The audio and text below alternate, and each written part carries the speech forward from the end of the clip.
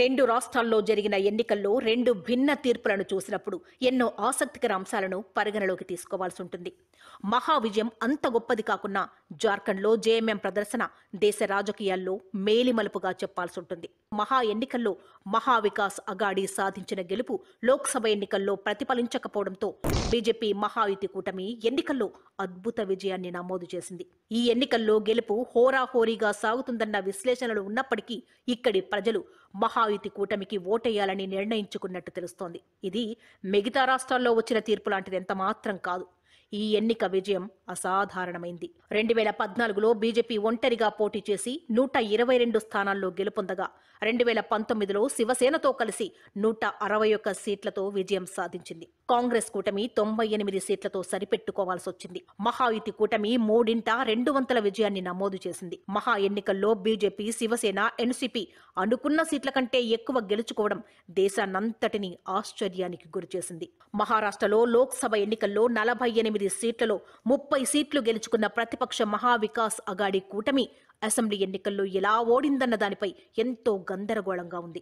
ప్రజలు ఎందుకు కాంగ్రెస్ కూటమిని ఓడించారన్న దానిపై తర్జన భర్జనలున్నాయి. ప్రజా తీర్పు ఇలా రావడానికి కారణాలను విశ్లేషించాల్సింది.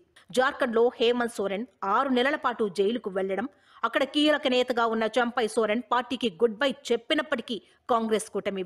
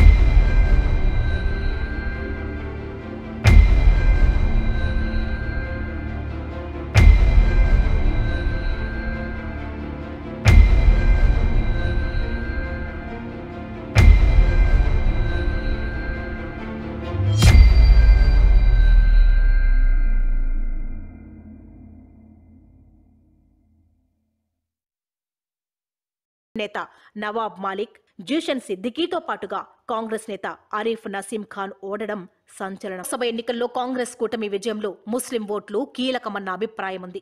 కానీ అసెంబ్లీ ఎన్నికల సమయానికి వచ్చేసరికి ప్రజల్లో కాంగ్రెస్ కూటమి పట్ల కనిపించని సానుకూలత పలు నియోజకవర్గాల్లో ఓట్ పోలరైజేషన్ దెబ్బ కొట్టినట్టు తెలుస్తోంది. చాలా నియోజకవర్గాల్లో ముస్లింలను బరిలోకి దించడం కూడా బీజేపీ కూటమికి కలిసొచ్చింది. మరీ ముఖ్యంగా ఔరంగాబాద్ నియోజకవర్గంలో మజ్లిస్ అభ్యర్థి, రాష్ట్ర పార్టీ అధ్యక్షుడు ఇమ్తియాజ్ జలీల్ బీజేపీ నేత అతుల్ సేవ్ చేతిలో ఓటమి పాలవడం ఈ ఎన్నికల్లో ప్రజల ఆలోచనను స్పష్టం చేసింది. ఈ నియోజకవర్గంలో వంచన్ బహుజన అఘాడీ బీబీఏ కూటమి నేతకు 6,507 ఓట్లు రాగా సమాజ్వాదీ పార్టీ నేత అబ్దుల్ గఫర్ సయ్యద్కు 5,943 ఓట్లు లభించాయి.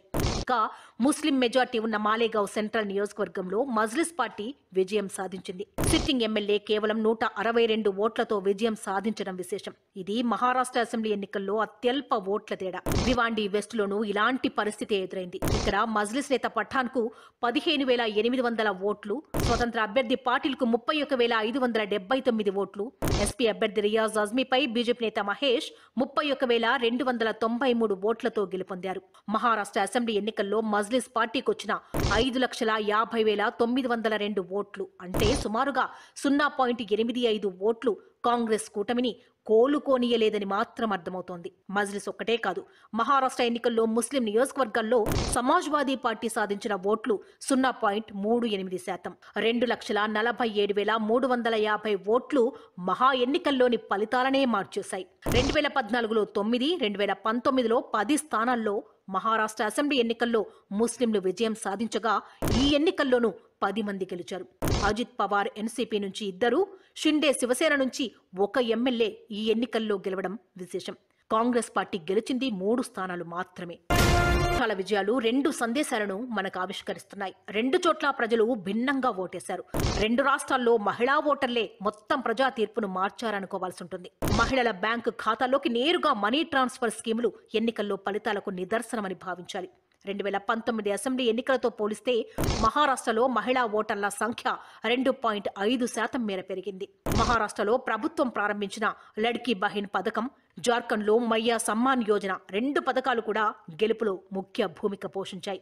మహారాష్ట్రలో కాంగ్రెస్ కూటమి లోక్సభ ఎన్నికల్లో సత్తా చాటినా అసెంబ్లీ నాటికి వారు అంతగా పనిచేయలేకపోయారు. 2 రాష్ట్రాల్లో లోక్సభ ఎన్నికల ఫలితాలకు భిన్నంగా అసెంబ్లీ ఫలితాలొచ్చాయి. మహారాష్ట్రలో మహావికాస్ అఘాడీపై మహాయుతి కూటమి స్పష్టమైన ఆధిక్యాన్ని ప్రదర్శించింది. లోక్సభలో కాంగ్రెస్ మంచి ఫలితాలను రాబట్టినా అసెంబ్లీ ఎన్నికల్లో చేతులెత్తేసింది. అప్పటి వరకు కాంగ్రెస్ కూటమికి అవకాశముందన్న భావనను మహాయుతి ఈ ఎన్నికల్లో రివర్స్ చేసింది. ట్రెండ్కు భిన్నంగా ఫలితాలను రాబట్టింది.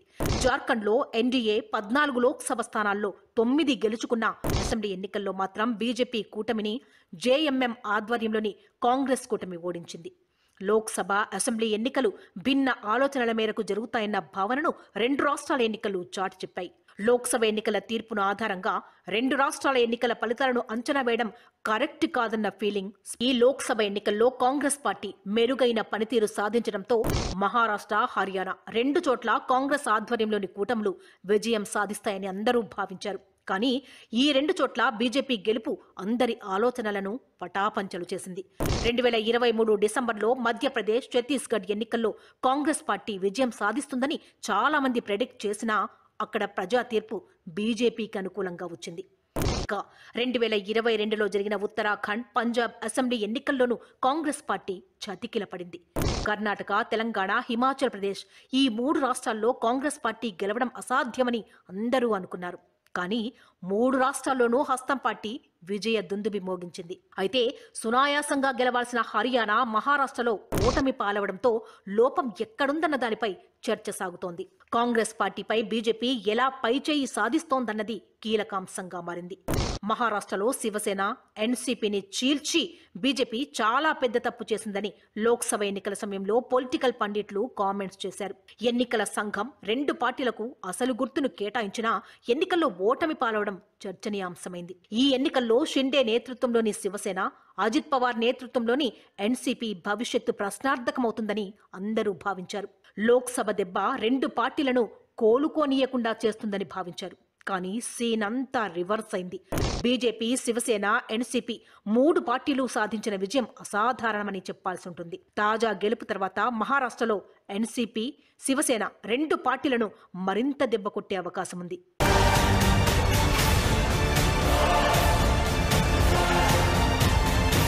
2027లో జమిలీ ఎన్నికలొస్తాయన్న ప్రచారం జరుగుతున్న తరుణంలో బీజేపీ ఈ మొత్తం వ్యవహారాన్ని ఎలా ముందుకు తీసుకువెళ్తుందో చూడాలి. లోక్సభ ఎన్నికల్లో గెలిచిన ఎంపీలు ఇప్పుడు ఆయా పార్టీల్లో ఎంతవరకు ఉంటారో చూడాలి. లోక్సభలో తగిన బలం లేక ఇబ్బంది పడుతున్న బీజేపీ ఇప్పుడు ప్రధానంగా మహారాష్ట్ర కాంగ్రెస్, శివసేన, ఎన్సీపీ నేతలపై గాలం వేసే అవకాశమూ లేకపోలేదు. అప్పుడు బీజేపీ సొంతంగా మెజార్టీ దిశగా వెళ్లే అవకాశం ఉంది. 2 పార్టీల నుంచి గెలిచిన పలువురు ఎమ్మెల్యేలు సైతం పార్టీ మారేందుకు సిద్ధమవ్వచ్చు. మహా ఎన్నికల తీర్పు తర్వాత బీజేపీ కేంద్రంలోనూ, మహారాష్ట్రలోనూ బలోపేతమవుతుందని స్పష్టమవుతోంది. మరాఠా మాంత్రికుడిగా చరిత్రలో తనకంటూ ఒక పేజీ లిఖించుకున్న శరద్ పవార్ తాజా ఫలితాలతో డీలా పడ్డారు. లోక్సభ ఎన్నికల్లో మహావికాస్ అఘాడీ కూటమిని గెలిచేలా చేసిన ఈ ఎన్నికల్లో ఓటమి తర్వాత ఆయన పొలిటికల్ ఎగ్జిట్ బాధాతప్త హృదయంతో జరుగుతుందని భావించాల్సి ఉంటుంది. ప్రస్తుతం శరద్ పవార్ వయసు 84 ఏళ్లు. ఆయన 2029 నాటికి ఎలా ఉంటారో వేరే చెప్పనక్కర్లేదు. ఒక సామాన్యుడిగా సీఎం బాధ్యతలు చేపట్టిన షిండే ఉద్ధవ్ ఠాక్రేను మహారాష్ట్రలో ఏ విధంగా నిలవరిస్తారో చూడాలి. కేంద్ర మద్దతుతో షిండే శివసేనను పూర్తిగా మింగేయడం ఖాయమన్న భావన కూడా ఉంది. కానీ ఎన్నికలపై శివసేన, ఎన్సీపీ నేతల కామెంట్స్ ను ఇప్పుడు పట్టించుకోనక్కర్లేదన్న భావన కూడా ఉంది. ఎన్నికల్లో ఓటమి తర్వాత ఈవీఎంలను నిందించడంపై ఎన్నో విమర్శలు రేగుతున్నాయి. గత లోక్సభ ఎన్నికల సమయంలో రాష్ట్రీయ స్వయం సేవక్ సంఘ్ ఆర్ఎస్ఎస్ అంతంత మాత్రంగానే పనిచేసింది. కానీ మహా ఫలితాల తర్వాత బీజేపీలో ఆర్ఎస్ఎస్ రోల్ పెరుగుతుందని చెప్పొచ్చు. ఆ పార్టీ ఇకపై బీజేపీని నడిపించడంలో డ్రైవర్ సీట్లో కూర్చోవడం ఖాయం.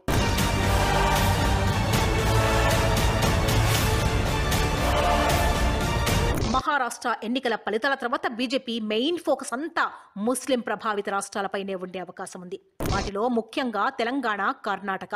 గత అసెంబ్లీ ఎన్నికల్లో కర్ణాటకలో ఓడినప్పటికీ లోక్సభ ఎన్నికల్లో ఆ పార్టీ సత్తా చాటింది. తెలంగాణలోనూ బీజేపీ అనూహ్య ఫలితాలను రాబట్టింది. 17 లోక్సభ స్థానాల్లో 8 చోట్ల విజయం సాధించింది. కర్ణాటకలోనూ అసెంబ్లీ ఎన్నికల్లో ఓడినా లోక్సభ ఎన్నికల్లో పైచేయి సాధించింది. తెలంగాణలో బీజేపీ విజయం సాధించాలని చాన్నాళ్ల నుంచి కమలనాథులు ప్లాన్ చేసుకుంటున్నారు. కానీ అది వర్కౌట్ కావడం లేదు. మరో ఏడాదిలో జరగనున్న జీహెచ్ఎంసీ స్థానిక సంస్థల ఎన్నికల్లో జయభేరీ మోగిస్తే వచ్చే అసెంబ్లీ ఎన్నికల్లో విజయం సాధించవచ్చని బీజేపీ యోచిస్తోంది. తెలంగాణలోనూ పెద్ద సంఖ్యలో ముస్లింలున్నారు. పోలరైజేషన్ రాజకీయాలకు దిట్టగా ఉన్న బీజేపీ వచ్చే రోజుల్లో తెలంగాణలో ఎలాంటి రోల్ పోషిస్తుందన్నది చూడాలి. బీజేపీ ఎంపీలు ప్రాతినిధ్యం వహిస్తున్న ఆదిలాబాద్, నిజామాబాద్, కరీంనగర్ లోక్సభ స్థానాల్లో ఓటర్లు ఎలా తీర్పిచ్చారో మనం చూశాం. ముస్లిం రిజర్వేషన్ల అంశాన్ని తెలంగాణలో పెద్ద ఎత్తున ప్రచారం చేయడం బీజేపీకి హిందువుల్లో సానుకూలత లభించడానికి కారణమైంది. దీంతో హిందూ ఓటర్లు బీజేపీ వైపుకు మొగ్గు చూపారు. నిజామాబాద్, ఆదిలాబాద్, కరీంనగర్, జహీరాబాద్, మహబూబ్ నగర్, పెద్దపల్లి, మెదక్ లోక్సభ స్థానాల్లో ఇది స్పష్టంగా కనిపించింది.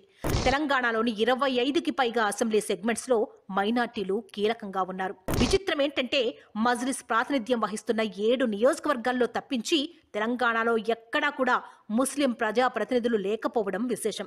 2011 జనాభా లెక్కల ప్రకారం రాష్ట్రంలోని మొత్తం జనాభా 3,51,45,632. అందులో హిందువులు 2,99,01,737, ముస్లింలు 44,64,852, క్రైస్తవులు 4,46,077, హిందువులు 85.1% కాగా ముస్లింలు 12.7%, క్రైస్తవులు 1.3% ఉన్నారు. ఈ లెక్కలన్నీ తెలంగాణలో వచ్చే రోజుల్లో బీజేపీ ఫోకస్ ఎలా ఉండబోతోందన్నది చెప్పబోతున్నాయి. తెలంగాణ బీఆర్ఎస్ పార్టీకి ప్రత్యామ్నాయంగా అసెంబ్లీ ఎన్నికల్లో ఓటర్లు కాంగ్రెస్ పార్టీకి పట్టం కడితే లోక్సభ ఎన్నికల్లో బీజేపీకి 8 సీట్లు ఇచ్చారు.